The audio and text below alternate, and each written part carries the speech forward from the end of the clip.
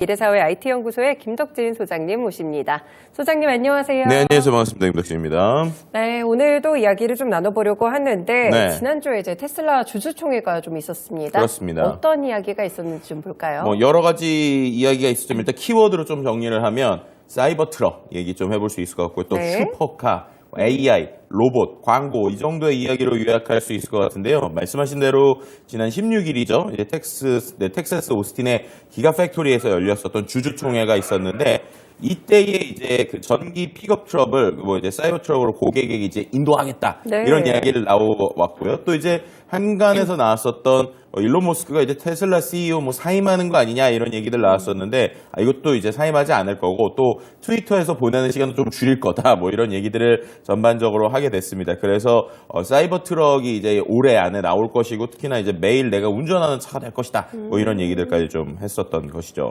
항상 소문만 좀 무성했던 것 같은데 네. 사이버 트럭 이제 실제로 정말 볼 수가 있는 건가요? 그러니까요. 이번에 실제로 주주총회에서 일론 머스크가 좀 인간적인 얘기를 많이 했어요. 제일 대표적이었던 게 이제 오래 기다리게 해서 미안하다 이렇게 네. 얘기를 하면서 사이버 트럭을 올해 말에 이제 첫 고객에게 인도할 것이다라고 얘기했는데 근데 솔직히 저는 잘 모르겠습니다. 왜냐하면 항상 이 일론 머스크가 올해 말이란 표현을 잘 쓰거든요. 그쵸? 근데 이제 올해 말에 뭔가 잘 됐을 때도 있지만 안 됐을 때도 있는데 네. 예를 들면은 이제 사이버 트럭이 원래 2021년 말에 이제 출시되기로 했었습니다. 그런데 계속 개발 차질이 있었죠. 그러다 보니까 계속 여러 번 미뤄졌었고요. 근데 이번에는 또 올해 말에 또 이제 인도를 시작하겠다라고 얘기하기 시작한 것이죠. 연간 한 25만 대에서 50만 대 정도의 생산량을 가질 것이다라고 했고 본인도 계속 사이버 트럭 운전할 것이다라고 했는데요. 네. 이것도 이제 기대되고 또 이제 그 정말 특이한 디자인이었잖아요. 각진 디자인. 과연 그런 신기하죠. 것들이 네. 제대로 나올 것인가에 대한 좀 궁금증도 생기게 되는 것 같습니다.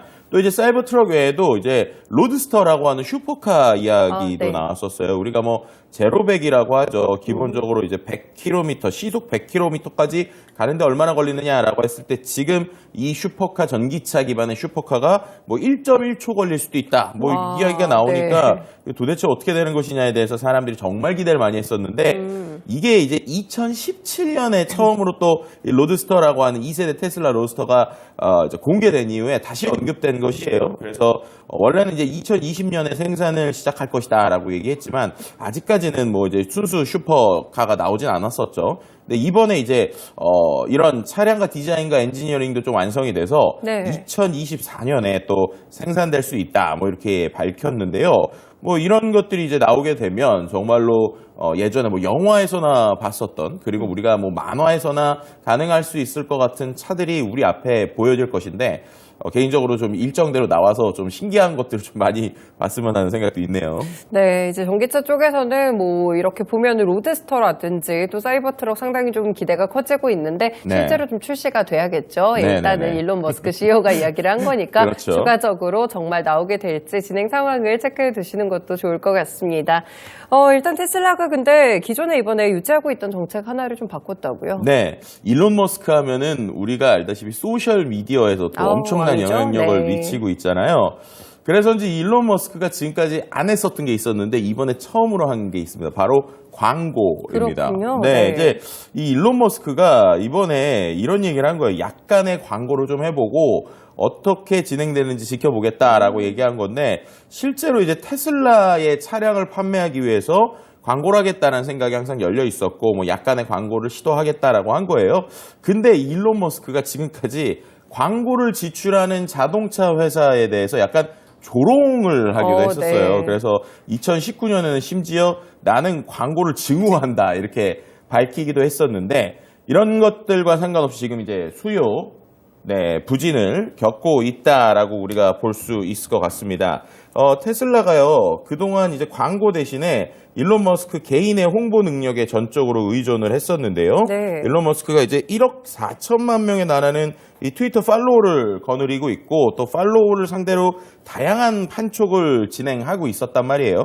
근데 이런 부분들에 있어서 이제는 본격적으로 어떻게 보면은 자동차 광고를 하겠다라는 겁니다. 네. 그래서 이게 왜 그런가에 대한 이야기들이 좀 여러 가지로 나오고 있었는데 일종의 이제 경기 침체와 그리고 이제 자동차 판매 대수를 그만큼 이제 늘려야 되는 것이 아니냐라는 이야기도 좀 나오고 있고요. 실제로 이제 보면은 지난 19일에 트위터에 이제 테슬라 이미지 광고가 올라간 네. 것이 좀 포착이 됐어요. 그래서 이제 아시아 법인에서 광고를 한 것으로 보이고 있고요. 싱가포르에서는 테슬라 차주가 출연을 해서 네. 테슬라에 대한 긍정적인 의견을 밝히는 이런 영상으로 꾸며졌는데 그만큼 말씀드렸던 것처럼 이러한 테슬라 광고까지도 나오는 상황이니까 이것에 대해서 좀 두 가지로 갈리는 것 같아요. 하나는 그만큼 이제 급한 것이다. 아니면 그만큼 네. 이제 좀 본격적으로 테슬라가 가지고 있는 것들을 보여주겠다라는 것이고요. 그래서인지 실제로 주주총회가 끝나는 타이밍에서는 약간 한 0.92% 정도 이제 종가보다 오르는 모습도 보여주기도 했었습니다. 네, 그렇군요. 광고에 대한 이야기도 함께 좀 들어봤습니다.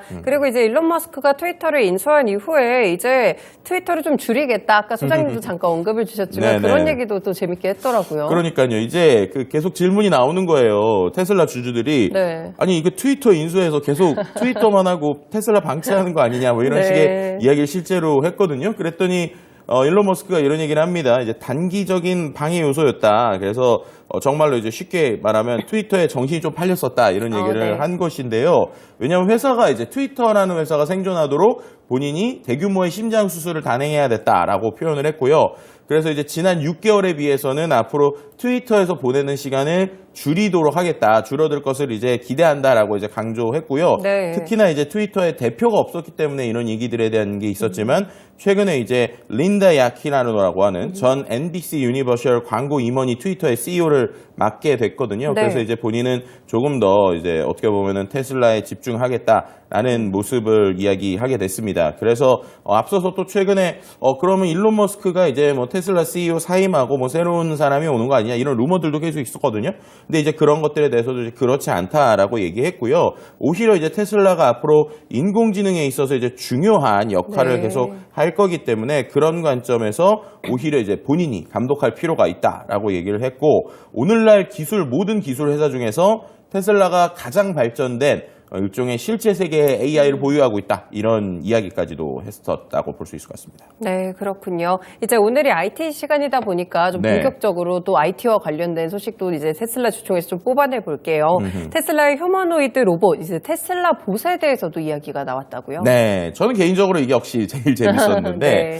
실제로 이제 테슬라의 그 휴머노이드죠, 일종의 이제 테슬라 봇이라고 얘기하는 게 정확하게 이제 지난해에 그 AI 데이라고 하는 데서 처음으로 이제 공개가 됐고 네. 약간이지만 시연을 보여줬어요. 근데 그때는 조금 좀 어설픈 모습이 있었는데 이번에 또 새롭게 움직이는 영상이 공개됐습니다. 네. 보시는 것처럼 실제로 스스로 이제 걸을 뿐만 아니라 뭐 물건을 짚고 물체를 인식하는 등이 다양한 일들을 할 수 있는 것을 일단 묘사가 됐거든요. 네. 그리고 이제 이게 좀 재미있는 게 일론 머스크가 이날 이제는 그 주총 전날에 이 로봇들을 다 조립했다 이렇게 얘기를 했어요. 그러니까 조립을 할 수 있는 수준의 기술들도 있다는 것이고요. 또 이런 거를 갖고 결국에는 이제 자동차 회사나 이런데 이제 계속 자동차 공장 같은 데에 저 봇을 어떻게 보면 활용시키겠다 이런 얘기를 하고 있거든요. 그래서 이번에 또 일론 머스크 CEO가 전반적으로 얘기했던 것 중에 핵심이 테슬라의 미래는 그래서 로봇이다 뭐 이런 얘기들까지 했다고 볼 수 있었을 것 같습니다. 참 보면은 일론 머스크 CEO는 참 미래 네. 기술에 대해서 다양하게 좀 개발을 하는 것 같습니다. 네. 말씀을 주셨던 대로 이제 지난해 한번 이 테슬라 봇에 대해서 얘기가 나왔는데 네. 그때랑 비교했을 때 많이 좀 진전이 됐나요? 그러니까 저는 이제 가장 인상 깊었던 게 뭐였냐면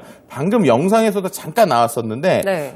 이게 어떻게 해서 사람 이제 움직이는 것이냐라는 것에 대한 관심이 많았던 것 같아요. 그러니까 로봇이라는 것을 우리가 개발을 할 때 기본적으로 코딩이나 프로그램을 하는 것이냐라고 했는데 저 보시는 것처럼 사람이 직접 움직이는 저 모습을 네. 로봇이 그대로 흉내낸다는 거예요. 그러니까는 이제 우리가 프로그래밍이나 코딩을 한다라고 하는 건 기본적인 방식은 우리의 동작 원리 자체를 논리적으로 사람들이 설명할 수 있어야지 코딩을 할 수 있는 거거든요. 네. 근데 우리가 사람이 어떻게 움직이는지에 대해서 정확하게 논리적으로 설명 못하는 부분들도 있잖아요. 그쵸. 근데 그런 부분에 있어서 지금 보셨던 것처럼 그냥 사람이 비슷하게 동작을 하는 거예요. 그럼 그 동작을 로봇이 그대로 흉내내면서 학습을 하는 겁니다.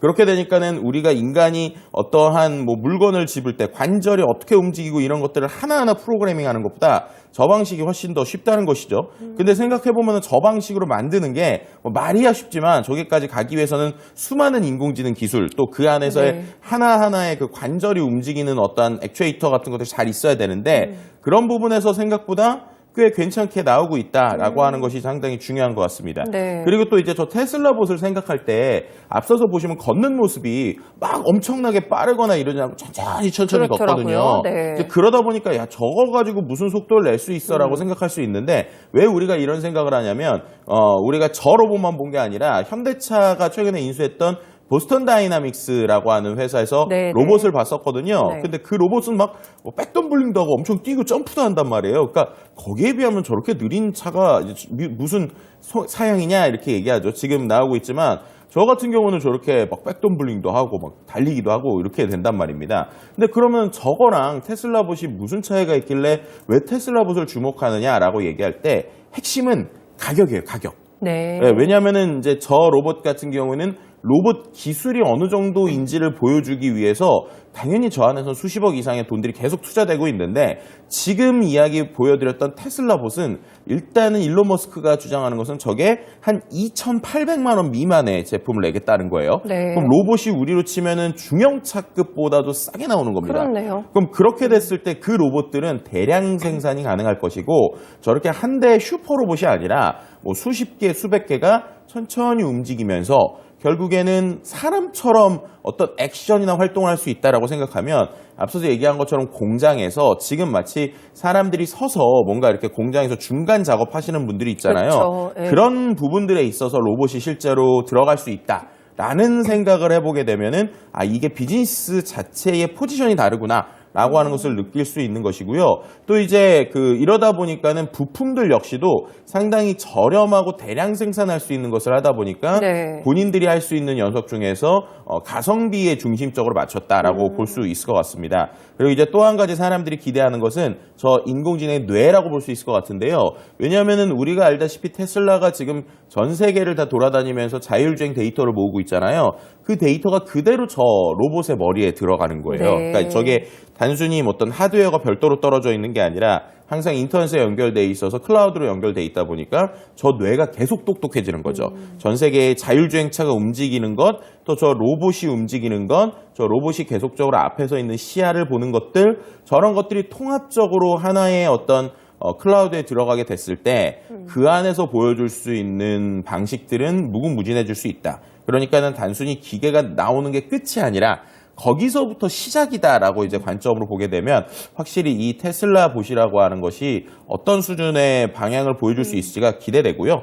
물론 지금까지 말씀드렸던 거는 이제 어떻게 보면 일론 머스크의 소망이라고 볼 수도 있을 것 같고 네. 현재 기술로는 이게 제대로 쓸 수 있느냐에 대한 논란도 좀 많아요. 실제 지난 AI 데이 때 이제 시연을 할 때도 이 로봇이 제대로 쓰지 못하는 부분들을 좀 보여줬었는데 그런 것들 같은 문제들이 해결이 돼서 이것도 또 마찬가지입니다. 원래 일론 머스크가 지난해에 AI 데이 할 때 올해 말 안에 또 양산 체제를 갖추겠다라고 네. 얘기를 했었는데 정말 그렇게 된다면 좋지만 하여튼 지금 상황에서는 영상에 있는 대로 제대로만 될 수 있다면 게임 체인저다. 하지만 이제 실물을 좀 봐야 된다. 이렇게 좀 평가드리고 싶습니다. 네, 말씀 주신 대로 실제로 나오게 된다면 정말 경제 전반에 굉장한 또 반영을 또 일으킬 수 있는 그런 제품이 될 것 같습니다. 그렇죠. 네, 로봇과 관련된 소식들도 재밌게 체크를 해봤는데 일론 머스크가 이날 발표하면서 전 세계 경기 상황에 대해서도 또 한마디 하셨다고요. 네, 맞습니다. 이제 12개월 이상 이제 거시경제 상황이 어려울 수준으로 지속될 것이다.